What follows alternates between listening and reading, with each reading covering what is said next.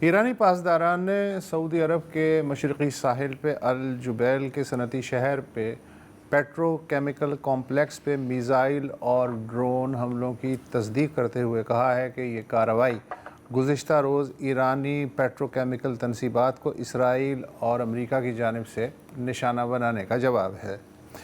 وزیر اعظم شہباز شریف نے اس کے بعد سعودی ولی عہد شہزادہ محمد بن سلمان سے رابطہ کر کے مکمل یکجہتی کا اظہار کیا ہے۔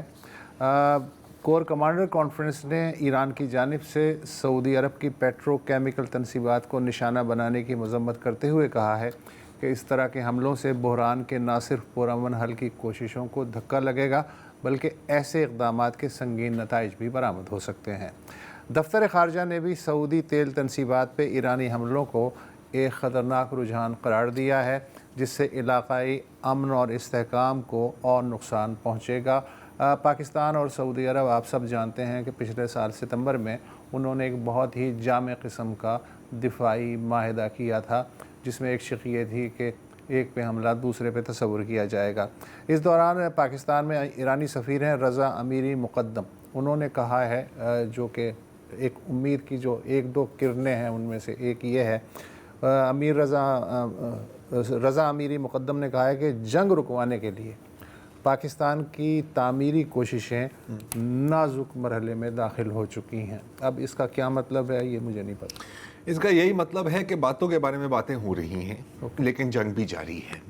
اس وقت دیکھیں اگین اور یہ میرا خیال ہے کہ آپ پچھلے 2 ہفتوں میں کبھی بھی یہ جملہ استعمال کریں تو ایکوریٹ ہی ہوگا، آج تھوڑا زیادہ ریلیونٹ ہے کہ اس وقت ہر ایک چیز ایک ریزر کے ایج پر ہے۔ پاکستان کے لیے پاکستان کے لیے تو بالخصوص اب اگر آپ دیکھیں commander conference apex military body ہے آپ کی، وہاں سے آپ ان کا جو بیان دیکھیں تو اگین پاکستان نہیں چاہتا کہ کسی بھی خلیجی ملک پر حملہ ہو انکلوڈنگ ایران، رائٹ؟ ہم نہیں چاہتے، ہمارے انٹرسٹ میں بالکل ہی نہیں۔ ہمارا ہمسایہ کویت پر ہو، بحرین پر ہو، قطر پر ہو، ایون یو اے ای پر ہو، ہم نہیں چاہتے۔ لیکن سعودی عرب ہمارے لیے ایک تھوڑی سی ڈفرینٹ کیس بنتا ہے، وہ ایک بڑی پھر ایک ریڈ لائن ہے۔ اور اگین یار ٹائمنگ تھوڑی عجیب ہے میرے، بلکہ بیچ میں مجھے یاد ہے اسحاق ڈار نے نیشنل اسمبلی میں کہا تھا کہ ہم نے ایرانیوں سے بات کی ہے کہ بھائی صاحب ذرا ہاتھ ہلکا رکھیے گا۔ اور ہاتھ دیکھو رکھنا بھی چاہیے، ٹو بی فیئر۔ دیکھو اس وقت اگر کوئی ایک خطے کا ملک ہے جو تھوڑی سی کوشش کر رہا ہے، آپ اسے ثالثی کہیں، آپ اسے سہولت کاری کہیں، آپ وہ کال اٹ، اور وہ جو 4 وزرائے خارجہ ہیں مصر، سعودی عرب، ترکی اور پاکستان، جی تو وہ اس میں بھی شامل ہے، وہ اس میں شامل ہے، تو you should not be doing this. اور اس سے کئی سوالات بھی ابھرتے ہیں کہ یار ہو از کالنگ دا شاٹس ان ایران؟ جو ٹیم نیگوشیٹ کر رہی ہے کیا اس کو پتا ہے کہ دوسری ٹیم کیا کر رہی ہے؟ یا ہمیں پتہ بھی ہے کہ دیکھیں اب ڈی سینٹرلائزیشن کے کچھ فائدے بھی ہیں اور کئی نقصانات بھی ہیں نا۔ ایک فائدہ یہ ہے کہ یو آر ریزیلینٹ، آپ بچ جاتے ہو، لیکن پھر چین آف کمانڈ، اچھا اور سوری آپ نے پہلے 3 طبقے تو ویسے ہی ختم کر دیے نا۔ ایک بات آپ اور نوٹ کریں کہ جب تک یہ جو عسکری ٹھکانے ہیں ان کی بات ہو رہی تھی کہ ایران کے عسکری ٹھکانوں کو نشانہ بنایا رہا ہے یا گلف کنٹریز کے عسکری ٹھکانوں کو، تو اس وقت تک یہ تھا کہ ٹھیک ہے یار۔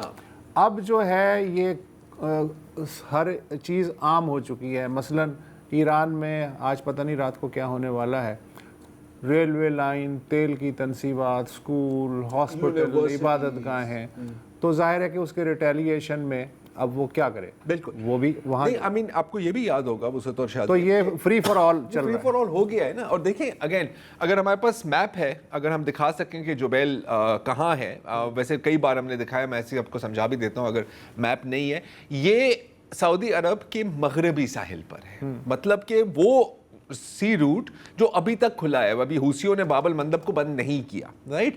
تو اگر کوئی بھی تیل آ رہا ہے اور جو پاکستان بھی تیل آ رہا ہے وہ وہاں سے ہی آ رہا ہے۔ سو دس از کرٹیکل، یہ صرف پولیٹیکلی کرٹیکل نہیں ہے آپ کے لیے، اکنامکلی کرٹیکل بھی ہے۔ آپ کو یہ بھی یاد ہوگا کہ جب جبیل آپ نا ہرمز والے علاقے میں یا ریڈ سی والے؟ ریڈ سی والے، اوکے، ریڈ سی والے مغربی ساحل پر، اوکے، مغربی ساحل پر یہ جو I think so at least میرا خیال ہے مشرقی، اوکے پھر میں اس کو یامبو ہے، میری غلطی ہے، جبیل تو ادھر ہے، میری غلطی ہے، میں نے ان کو دونوں کو کنفیوز کر دیا تھا۔ چلیے اس بات کو اسکریچ کر دیں۔ آپ کو یہ بھی یاد ہوگا کہ جب ریاض میں 10 وزرائے خارجہ 11